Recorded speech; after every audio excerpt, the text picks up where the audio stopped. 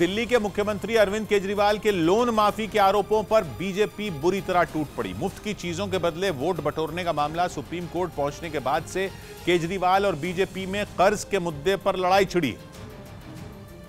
इसलिए बीजेपी की तरफ से उसके राष्ट्रीय प्रवक्ता शहजाद जयहिंद ने मोर्चा संभाला और केजरीवाल के एक एक आरोप का जवाब देने के लिए ट्वीट्स की झड़ी लगा दी।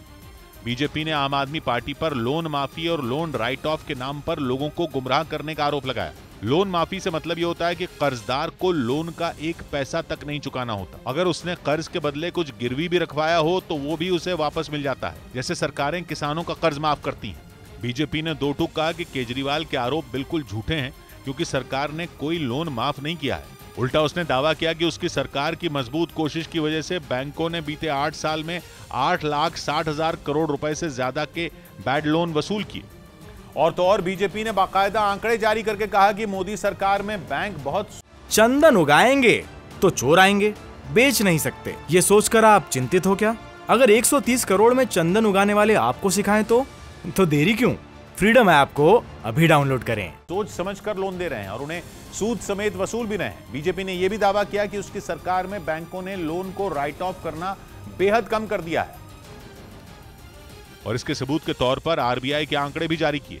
लोन राइट ऑफ में बैंक अपनी बैलेंस शीट से दिया गया कर्ज हटा देता है, ये मानकर कि लोन तो दिया हुआ है लेकिन वो हो सकता है कि वो वापस ना आए, यानी पैसा डूबने की आशंका है, लेकिन फिर भी बैंक उस कर्ज को वसूलने की पूरी कोशिश करता है। बीजेपी ने यही दावा किया कि उसके राज में बैंक राइट ऑफ किए हुए लोन भी वसूल रहे हैं। मगर बीजेपी ने सिर्फ आम आदमी पार्टी को ही आड़े हाथ नहीं लिया बल्कि कांग्रेस को भी लपेटे में ले लिया। उसने आरोप लगाया कि यूपीए सरकार में बैंकों की हालत खराब थी और ट्वीट किया कि आरबीआई के पूर्व गवर्नर रघुराम राजन, जिन्हें यूपीए ने ही नियुक्त किया था, उन्होंने भी उस दौरान बैंकों के काम करने के तरीके पर सवाल उठाए थे। बड़ी तादाद में बैड लोन 2006 से 2008 के बीच हुए थे क्योंकि बहुत सारे लोग उन तगड़े कनेक्शन वाले प्रमोटरों को दिए गए जिनकी कर्ज न चुकाने की हिस्ट्री रही है।